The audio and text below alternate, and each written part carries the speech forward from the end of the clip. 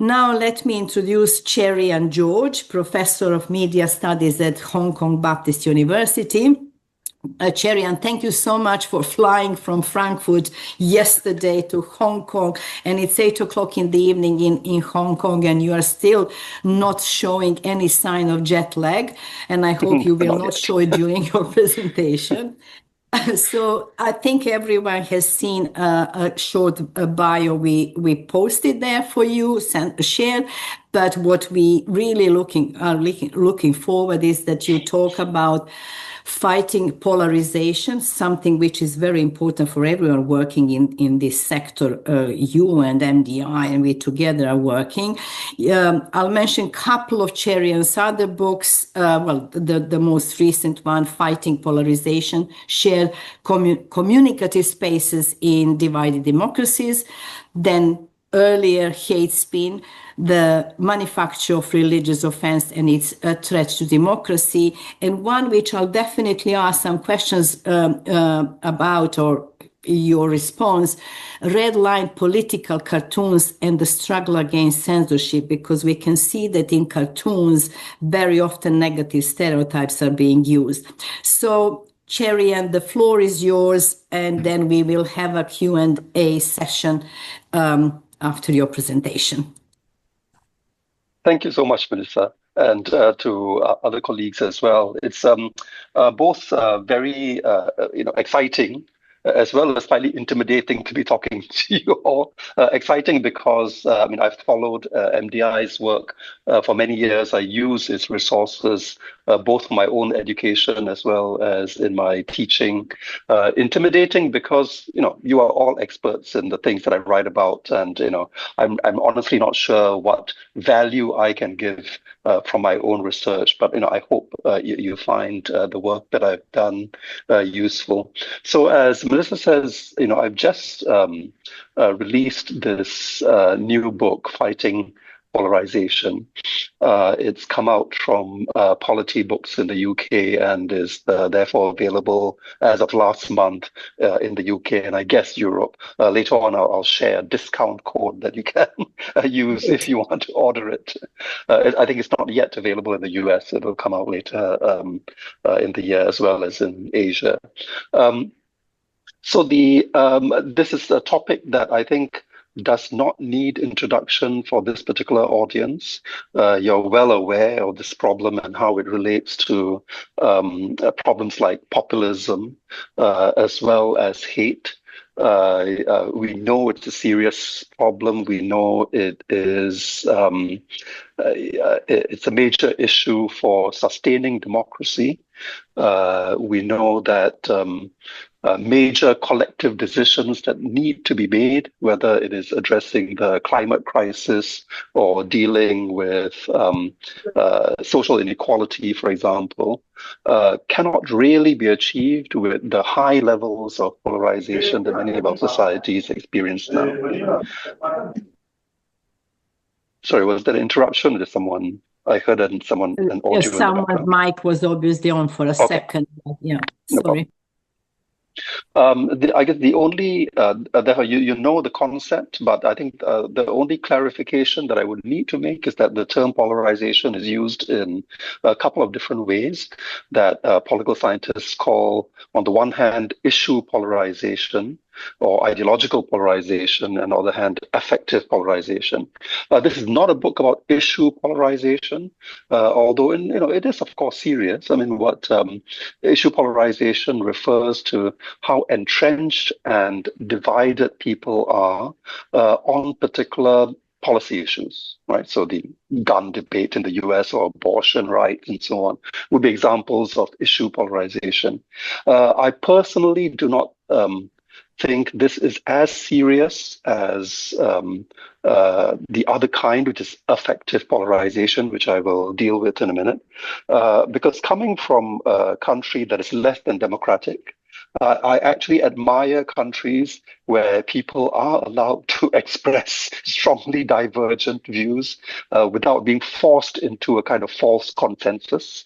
And in fact, authoritarian leaders often use the term polarization in a negative way and claim that they are fighting polarization when they enforce a consensus. And that, to me, is, of course, is highly problematic. And that's not the way in which I use this term, right? I'm not referring to fighting genuine, deep disagreements on important policy issues.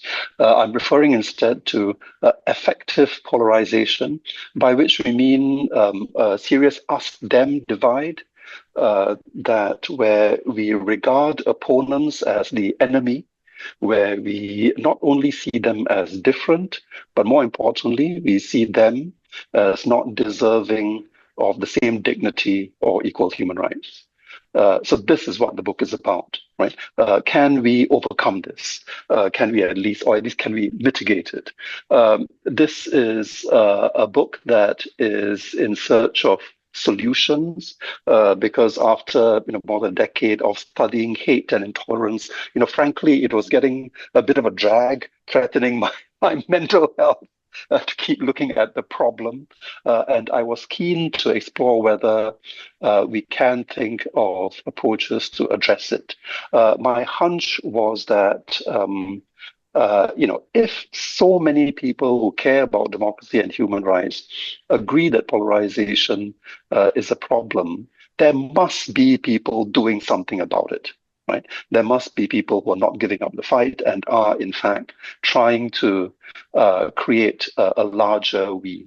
Yeah, trying to spread this idea that even though we may be very divided in terms of race or religion or ethnicity or various policy issues, we can still think of ourselves as fellow citizens with equal rights. So this was my hunch, that there must be this kind of work going on. And I realized that this is largely a communicative challenge. Can we reframe our political life in such a way that we think of ourselves not as enemies, but as competitors, right? Whose rights to differ from us we respect. So the subtitle of my book is Shared Communicative Spaces, and over time, as I researched it, I realized, true enough. I mean, of course, I can be faulted for finding what I wanted to find, but I think they are out there. In the world today, there are many different kinds of spaces where people are, in fact, trying to develop a larger we. And this is how the book is organized, right? The book is organized in terms of these spaces. It is a very international book. I think I visited 12 different countries, 20 cities, 5 continents, to describe the work that is going on in these spaces. So 4 of them are here. One of the oldest of them is interfaith dialogue, because of course, for centuries, good citizens within all religious faith communities have been grappling with this. How can we, in fact, live together in peace with neighbors who worship a different God or a different manifestation of God? So interfaith dialogue is a centuries-old approach to address polarization. We have much more recently initiatives on university campuses. They're not all rioting. They're not all, deep in culture wars. There are on universities efforts to address polarization as well. I was keen to look at memory sites. Is it possible to look at aspects of history, historic sites, as opportunities to actually heal wounds rather than further divide. And I looked in particular at New Zealand, at their efforts at settler native co-governance, where the indigenous Maori population representatives work together with the settler representatives in the form of the New Zealand government to co-manage natural resources like coastlines and rivers and mountains. I also looked at, I also looked at citizens' assemblies, which those of you in Europe would be very familiar with. These are probably the most organized kind of space, often, in fact, endorsed or organized by legislatures or governments, where you have micro publics or mini publics gathered to resolve certain big policy questions.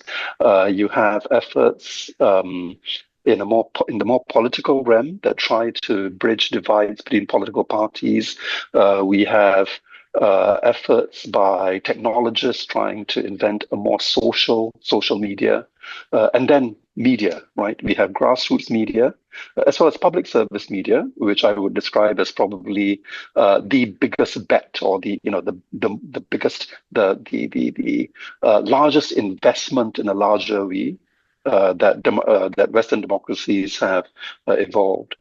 So there are a bunch of different projects like this around the world.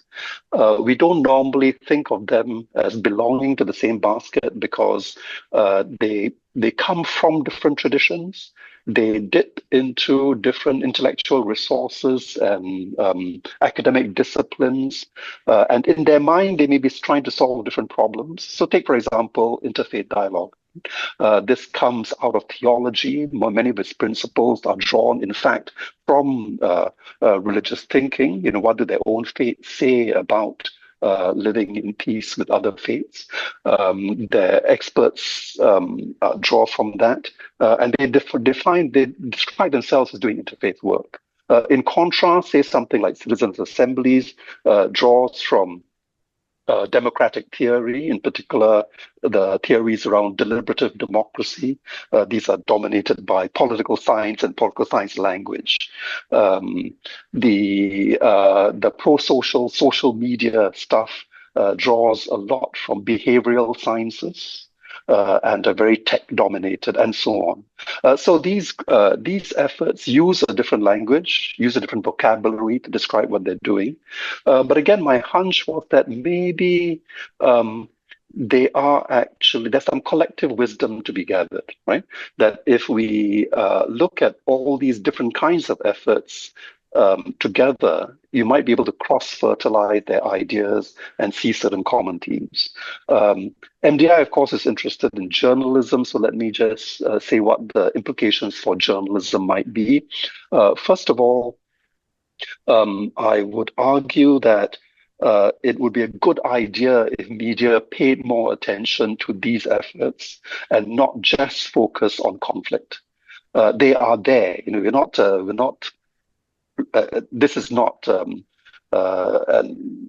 that it's not a hypothetical, right? It's not something in our imagination. This work is going on.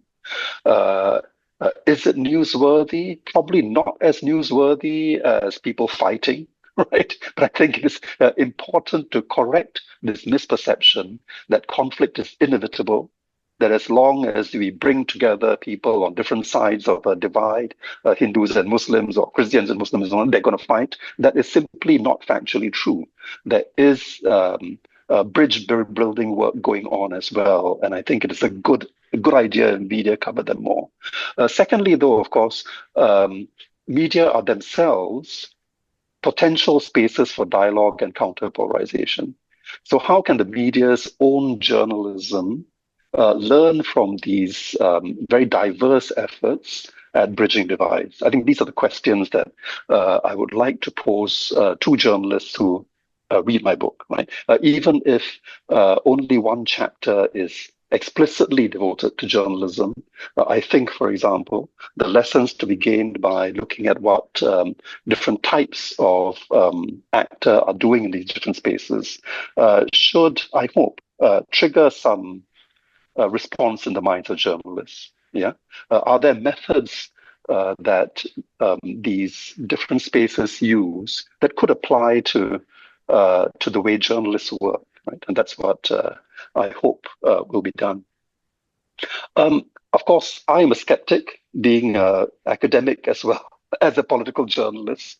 Some of this sounds very good, but is there evidence that they work? Yeah, I would say I'll give a direct answer to that question before you ask it, right? And also an indirect, more philosophical answer.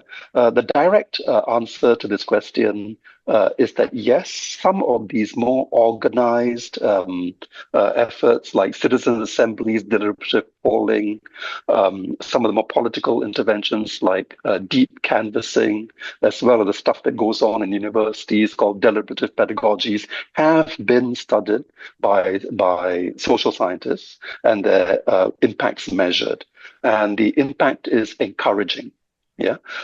Consistently, they show that, well, you might not get people to change position on issues they care about, but it does reduce affective polarization. They are able to see where the other side is coming from. It lowers the temperature of debates. And this is quite consistent. Yeah. Many of the other initiatives that I've looked at, the evidence is, I would say, merely anecdotal, because these are small, very small scale interventions. The people behind them are too busy actually doing the work to also measure the impact, right? And so you might be skeptical. Do these small scale meetings among people with very strongly different, divergent views. It sounds good. They say it works, but does it really, and so on. So it's quite easy to pour cold water on it, right? But to the skeptics, I would make 2 points. Yeah, one is that it is not as if most of the social interventions that go on around us, even by extremely well-resourced governments, are backed by thorough evidence. No, governments work on hunches all the time. So much of what they do, even the more responsible ones, leave aside the irrational ones like Donald Trump, even the more rational governments do a lot of what they do based on hunches. Why? Because it is simply, you're dealing with live problems. There simply isn't time. It would be irresponsible to wait a year, a decade for all the evidence to come in before solving a pressing social issue. Yeah. So let's be aware of that. It is not as if our lives are governed by policies, all of which have gone through rigorous social scientific assessment. That just isn't true, right? So I don't really buy this criticism that some of these interventions may be not credible for that reason. The other thing I would point out is this. I would say that how much evidence we require, how much evidence we demand before rolling out any kind of intervention should reflect the amount of investment or, say, bad side effects it might have. So, for example, before rolling out an extremely expensive drug that has known side effects, of course, you want very, very detailed data before you roll it out. But the interventions that I'm talking about, which basically have to do with gathering meetings where people are able to talk about their differences, are number one, cheap. And what are the negative side effects? Hardly any. Perhaps it doesn't work, but so what, right? Are there these worrying side effects you have to worry about when you bring people together? Not really. So I am a little impatient of those who might, in the name of being skeptical and evidence-based, who would be instinctively want to pour cold water on some of these, what seem like very idealistic responses to polarization. What is the harm with just trying it, right? When they are cheap and it's a good idea anyway. Yeah. So let me turn to some of the common ideas that these very different, very diverse efforts had. Yeah. So remember, my hunch was that although these different communicative spaces are governed by different language, different logic, maybe on the surface trying to address very different problems. Yeah. But my hunch was that, in fact, they are based on certain consistent strategies and methods. Yeah, and indeed that's what I found. Right, whether you're talking to those organizing interfaith debate or those trying to bridge the settler-native divide through co-governing natural resources, or those organizing citizens' assemblies, or those doing campus deliberation and so on, you find consistently that that organizers refuse to give up on the ordinary person. Yeah, they refuse to buy into what we are consistently told, which is that human beings who are different inevitably land up in conflict, and that and then write off millions of their fellow citizens who, for example, have chosen to vote for a populist leader. We write them off because we think they're just racist, for example. The managers of these efforts say no, right? They refuse to give up hope on the ordinary citizen. They have no illusions that there are bad actors at work, right? They're under no illusions that the forces of hate and polarization are extremely formidable. They intend to do harm to others, but they do not confuse leaders with followers. And they say that, look, most people who, for example, vote for a populist leader don't necessarily endorse all their views. And so they say, if these people on the so-called other side are reachable, how can we do it? Yeah. And they have all separately come to the conclusion that what people lack is the chance to relate to others as fellow human beings. Why? Because we have surprisingly few opportunities to relate to distant strangers. And if you think about it, most of us, our relationships are delegated to a bunch of middlemen. Is delegated to political leaders, is delegated to big media, and is delegated to social media. So most of us know about people who are very different from us is not because we've ever interacted with them face to face. It's because influential others tell us this is the case. Yeah. And so the organizers of these counter-polarizing spaces consistently try to bypass these big institutions, bypass national politics, bypass national media, bypass social media, and instead develop avenues where people can meet in a more authentic fashion. These projects tend to be highly intentional, which is a very woke term that I didn't use before, but it's part of the language, right? By intentional, you mean that it is very well thought through.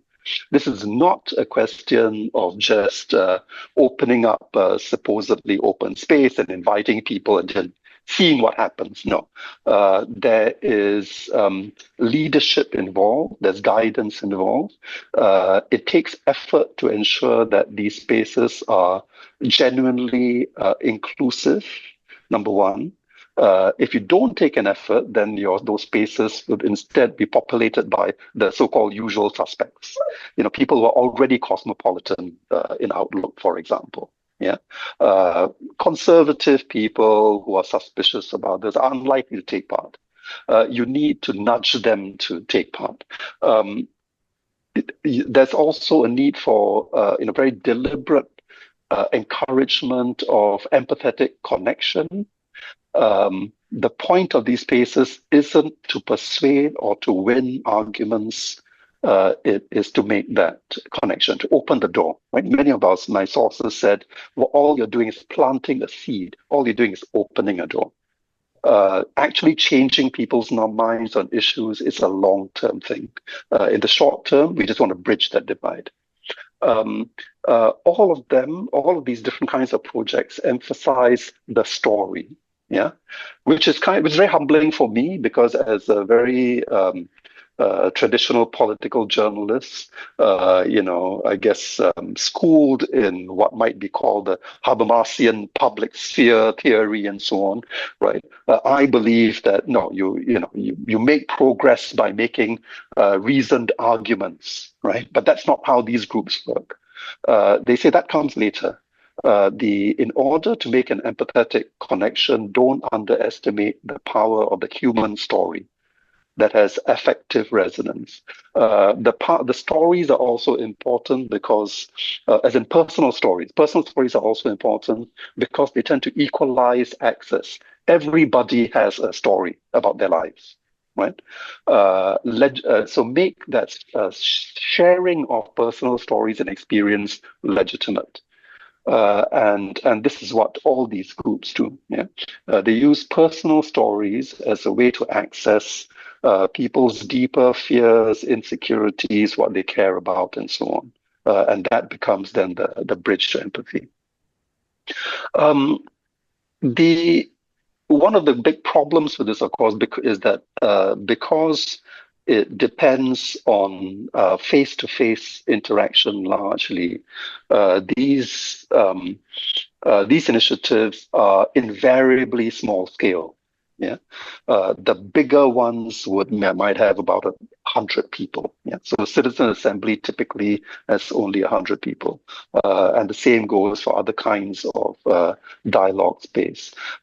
Because, of course, if it is larger than that, you end up relying on representatives. Not everyone then will have the chance to speak, and you rely on certain appointed representatives to represent you. And that's when you have that same problem I referred to. That's when you start delegating relationships to certain individuals whose job it is to represent a group, right? And that's when the problems kick in, because if, for example, representative is asked to represent the interests of their neighborhood or their ethnic group or their religion, of course, almost as a matter of responsibility, they're going to be thinking in those terms. Yeah, and then there's no opportunity to think about cross-cutting cross-cutting commonalities or common ground, because no matter how well-meaning that representative is, and this is true whether you're talking about a party leader or a religious leader or the leader of NGO or social movement group that's representing an underrepresented minority, all these leaders can never at least publicly claim that, well, maybe this identity doesn't matter that much, right? they have to in fact claim that this identity is important. And once you can only look at things when framed in the form of that identity, then the opportunity for cross-cutting dialogue and finding common ground, of course, is less. So I think the same would apply for media. Community media, which is what I studied, can do things that large media can't. There's another problem with scale, which is it's a more subtle point, which is this. Yeah. Oh, sorry. Push that back.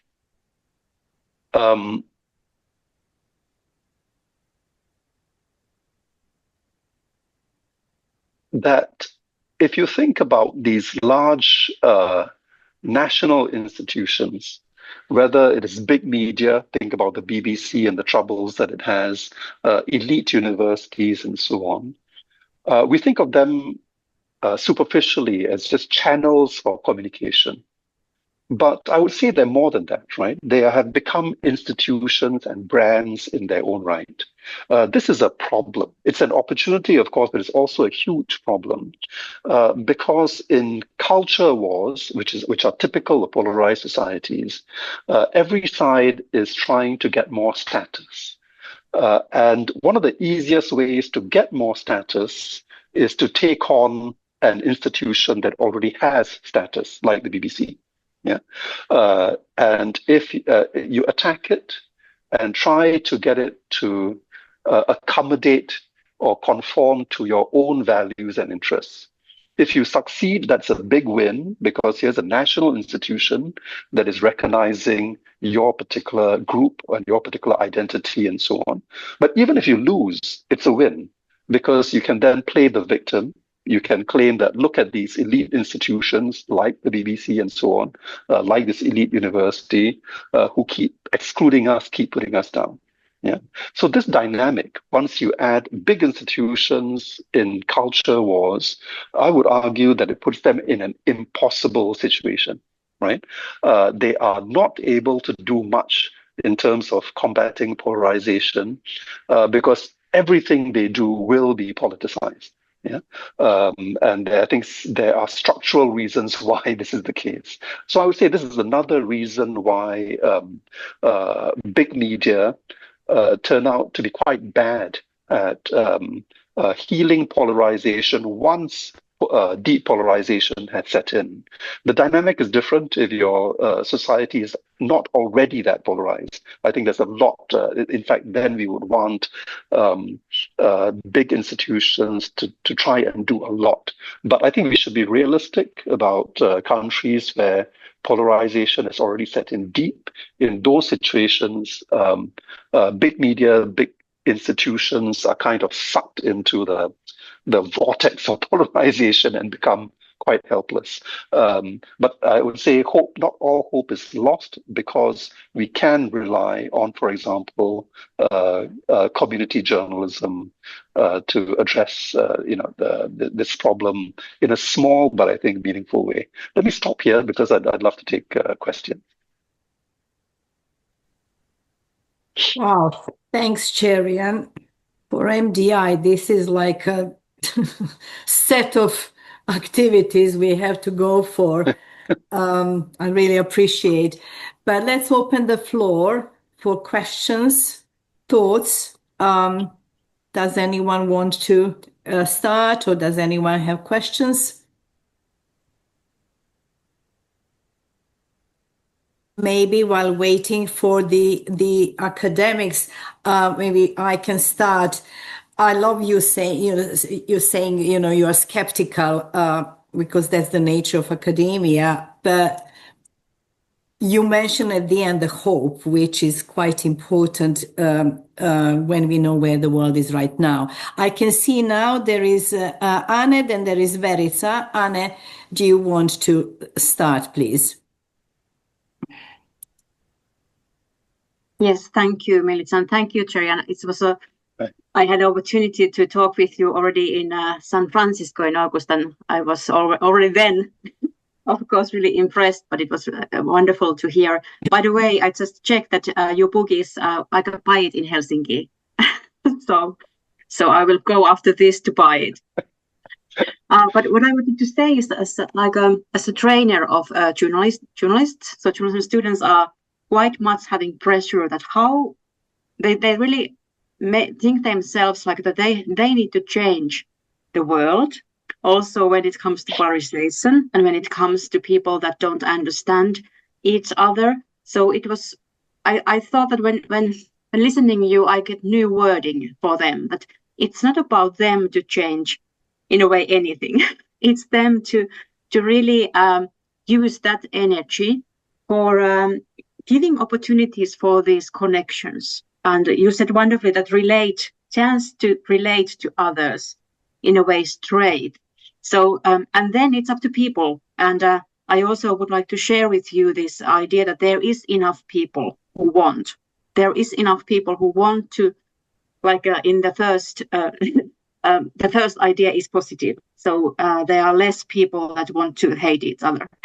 So if I could, and we as journalism educators could just find maybe a bit of new wording, that not that you need to change this polarization situation, but you need to offer information that will help people to do that themselves.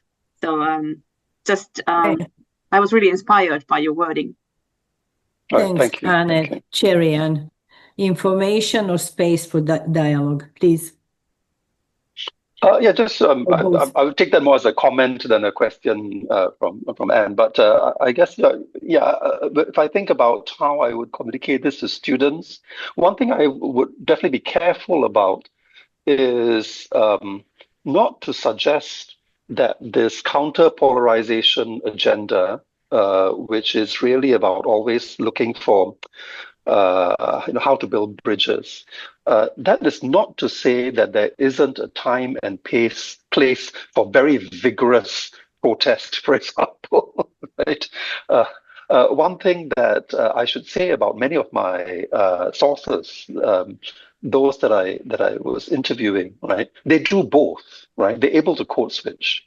So it is not that they are completely sold on just being very gentle, accommodating, kumbaya type activism. No, they're saying there's a place for both. So the American activists I interviewed, for example, are Black Lives Matter protesters who have been on the streets. Yeah, but they know that that's not enough. That's the key point. There is in many ways, they feel correctly that they are at war with fascists, right? And there's no point trying to negotiate or build bridges with fascists who are trying to do you violent harm. Yeah, this is a war. But they're able to tell themselves that that's not the only battle that needs to be fought. Yeah, that they also need to reach out to the much larger number of citizens who may seem like they sympathize with the fascists, but maybe it's because nobody from the left or the liberal side has ever treated them with due respect and dignity. Yeah, and that's what I learned from my activists, that you can code switch. You can go to war against the fascists. At the same time, you can treat their followers with respect and dignity. And that the more you do that, the more you actually make them think that, oh, maybe it isn't only the far right that understands how marginalized we are. Yeah. Thanks, Chair. Verica, then Hayan, Michal, and Tico. Verica, please. Can you turn on your mic, Verica? We can't hear you. Can you excuse me for a second? There's my wife at the door. Just a minute. Okay. Okay, thank you, Cherian, for a great presentation, and thank you so much for the book. I have read the book, and it is not only full of these wonderful examples that give us hope that the world could look differently, but it is so well written. It's a story that one follows, and that's thank you so much of the book. Many questions, but I'll start with one that slightly goes against the spirit of the book. So in the presentation as well, you said that there are clear implications for journalism. For example, what these examples of counter-polarization activism show, what are the implications for journalism? I wonder, and please speculate, I know that that's not your intention, what would be implications for political parties? Of course, they are the problem here. They are alienated, they have middlemen, they are those who prevent us to live a normal life. But in pragmatic sense, observing that there are so many examples of counter-polarization that work, on what scale is a different matter, that work. One imagined progressive or a new party that wants to change the politics. What could they learn from these counter-polarizations examples? Right. Do you mind if we go around the three people who want to say something, and then we come back to you? So Hayan, please, and then Michal, and then Tico. Okay, so I guess Cherian's talk inspired a lot of thoughts from my side. Yeah, I just talk about two things. One is like you mentioned the role of influential, you call it influential others, and in this landscape. I'm thinking these days a lot of journalists are trying to adopt a social media influencers persona, and to try to influence the audience, or just try to gain traffic, or monetize their influence. And I think their roles can be ambiguous in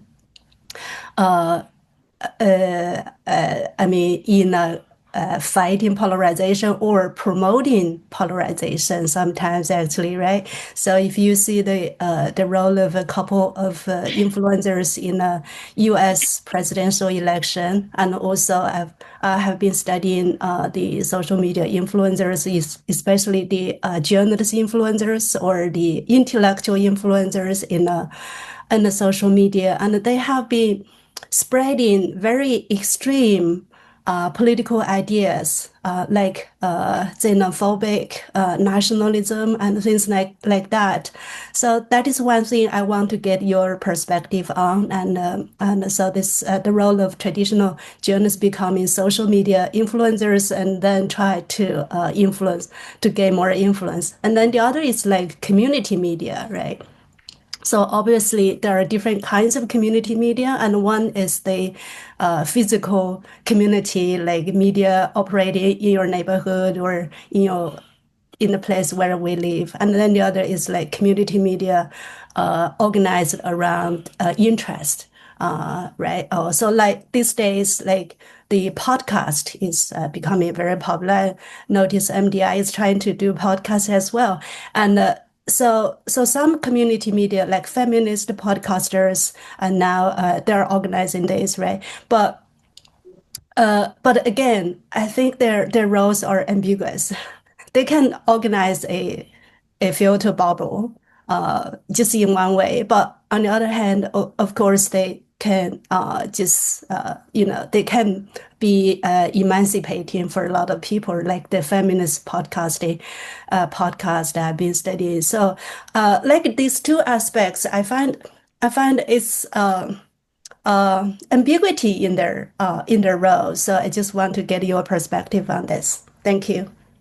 Thanks, Hayan, then Michal, and then Tico, and we will see how much time we still have, because we want to let Cherian go. We promised him only 1 hour, but let's go on and see how it works. I'm sure we'll have time for the part 2. Michal, please. First of all, congratulations on the book. I haven't read it yet, but I very much look forward to it. We're doing a lot of deliberative efforts in Poland around public service media. I'm very much interested whether you have any thoughts about this human dimension. I mean, like people's attitudes towards deliberating with the other side, because so far in our advocacy and also, the academic work, we are kind of failing to get the other side on board. So I'm really, really wondering whether you think there are some common themes, values, or strategies to be sure that everyone is represented. Very, very quick one, but I think that it's a multi-layered one as well. Thank you. Thanks, Michal. Tico, please. Yeah, very quickly, maybe this will be also I will build something on what previous question was. I'm really interested on, strategic approach, how to deal with the polarization, because, as I see and as I've heard you through the presentation, so this polarization that exists, it's, it targets institutions, right? I mean, some powers are targeting institutions, and so then it leads to a lack of trust, and then manipulation and front and fake becomes stronger and stronger. And I wonder whether such strategic communication exists from another side, okay? against the polarization, because you talked about the very small scale impact, right, on some interesting lessons learned, but I mean there is no strategy as I see. So this propaganda that works, it has a very strong strategy that actually targets institutions, trusted ones. So, and it depends. I mean, in less democratic countries like Georgia, it's more fragile, and we just we can fall down like as a rocket speed. But some countries with more stronger democratic institutions, it will have. So it will be less maybe.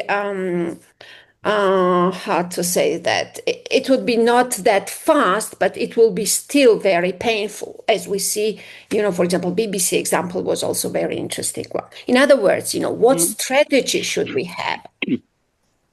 Right. Cherian, you have the questions and comments. Okay. Yeah, sure. So first of all, Melika's question about what parties can do. Most of the groups that I studied considered parties to be part of the problem, and they try their best to make up for the harm that political parties do. But yes, we can't run away from them. Political parties are, of course, essential for electoral democracies. I would first like to, again, go back to my point about the difference between issue polarization, ideological polarization, and affective. I would say that if there are political parties representing very genuinely different ideologies, left, right, and so on, that is not necessarily a problem. It's even a good thing that different perspectives are championed, right? And if, therefore, the country is, even if it's politically unstable, that's not necessarily a problem. That's just how democracy works. So I would say that kind of political contestation is qualitatively different from what we should be much more worried about, which is the use of polarizing rhetoric around ethnicity and so on, by political parties. That is genuinely a danger, whether it's done by the left or right. So the question is how we can, is there a cure for that kind of partisanship, right? That would be, say, typified by Erdogan and the AKP in Turkey. Yeah, that's one of the big moves that he has made to actually bring in ethno-nationalism as a way to solidify support for his party. What can be done against that? So I did look particularly at Turkey and efforts there to bridge that kind of partisan divide. So it is in the space of party politics, but it's a conscious decision, mainly by youth, to get their fellow youth to understand the games that are being played, and how different parties are basically ignoring the interests of youth, as they by instead focusing on whether one should be secular or religious. The secular parties, the religious parties, all ignore the actual needs of youth, right? So one way to address these kinds of identity games that are going on is, of course, to get people focused on real issues. Yeah, and that is similar to some of the grassroots political work that is being done in the US, where they say that, look, whether it's Republican or Democrat, they are ignoring the needs of the working class in rural America, and we're going to mobilize them. And we actually don't care which party you belong to, as long as you are working to solve problems at the grassroots, we support you. So there are these interesting efforts taking place to try and short circuit the use of identity politics in partisan politics. And if they succeed, it would be by convincing enough voters that they shouldn't be seduced by these calls to identity, right? They shouldn't be seduced by identity politics. Focus instead on what your politicians can actually deliver for you on the ground. So that to me seems like the most hopeful approach. Yeah. Hyan's point, oh, you're absolutely right. And this is an opportunity to clarify. I mean, to me, everything is ambiguous. A piece of paper is ambiguous. Social media is ambiguous. Political parties are ambiguous. Governments are ambiguous. So when I say that I'm looking for communicative spaces, it is not the space that is the secret weapon, right? It is what you do with it. It is the spirit animating that space. And I've tried to identify what the spirit is that is potentially counter-polarizing to make such spaces effective weapons against polarization. Because you're absolutely right, the same spaces could be used to fomentate some of the most effective right-wing fascist movements have a fantastic grassroots game, right? They are very, very effective at the grassroots. So it's not the space that matters, it's the spirit in it. It's what you use it for, in other words. Mikhail, how to get to the other side?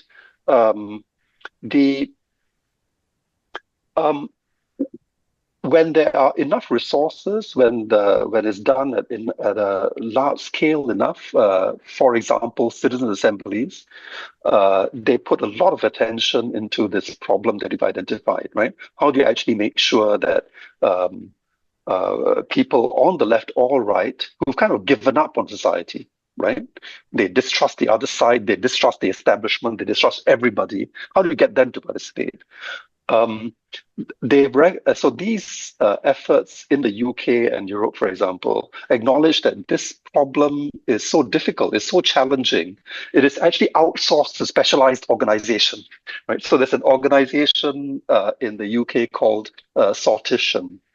And all it does, I mean, its main business as a nonprofit is to make sure that if you are organizing a community meeting or citizen assembly, it can get you a representative mini public. And this is done by, in the same way that you would try to get a sample for a major survey. In this case, you're trying to get a representative mini public that is representative of the larger population.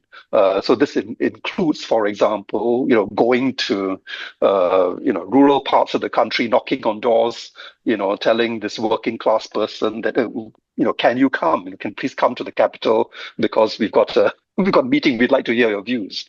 There's no shortcuts, right? In other words, so this is just to say that yes, it is a challenge, but if it is something, if there's enough funding and if the project is big enough, this is the kind of thing that you can do. Yeah.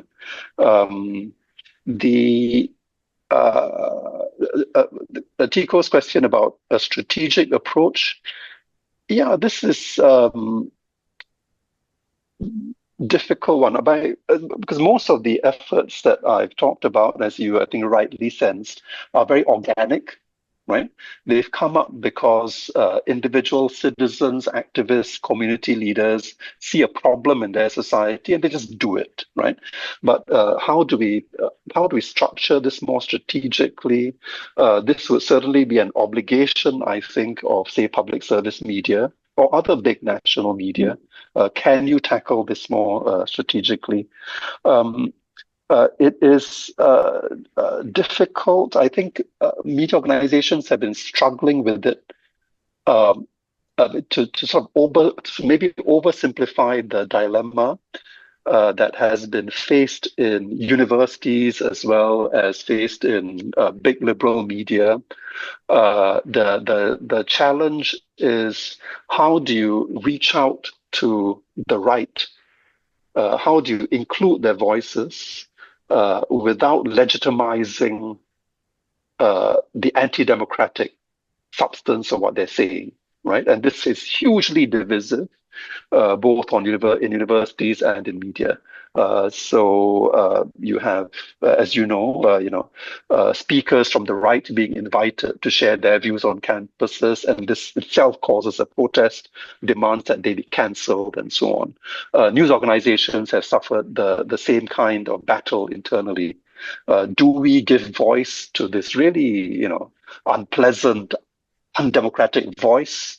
Is that legitimizing the person, and so on? Yeah.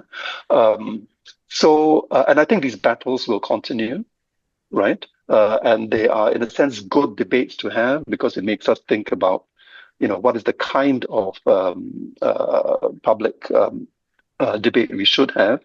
I suppose what my book has to say is, number one, some of these huge debates over something like, do we allow this influential person to write a column in our newspaper?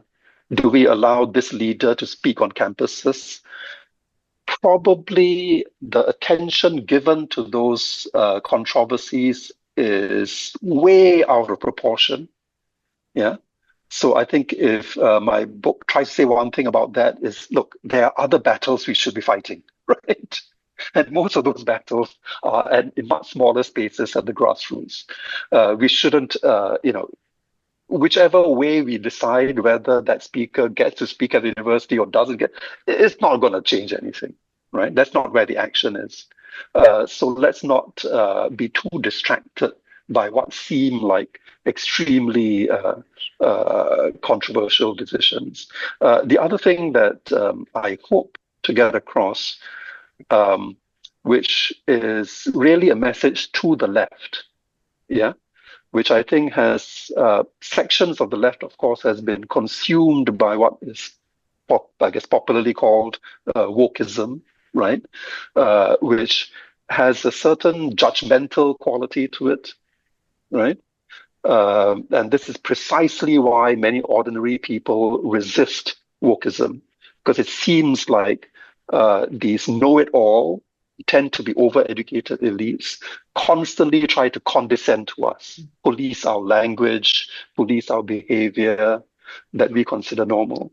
And consistently what the organizers of these counter-polarizing spaces say is that, look, we're not going to win anyone over by condescending to them. Yeah.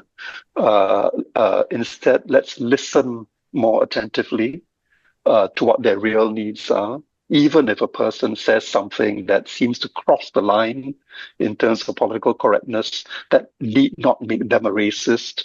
Let's listen to what they're actually trying to say. So there's a certain, I don't know whether this counts as a strategy in your mind, right? But if there is a strategy there, it is about listening more, right?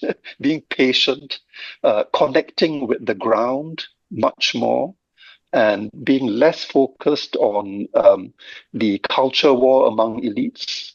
Yeah, I think big media can certainly do a lot more of that. Yeah, because I think we all recognize this in all our countries, right? Most political journalists, for example, are consumed by elite games. Right, it's about the discourse among major political figures, opinion writers, editors, and so on. Most of the time, they're losing sight of real people on the ground. So a strategy would be to reconnect with the ground, and that's going to be good for media as well as good for democracy. Thanks, Cherian. Some is strategy, some is really basic ethical standards in journalism, whether you platform someone who is lying. But this is, we can still have another conversation of this kind with Cherian. I really, really appreciate you joined us. Thank you.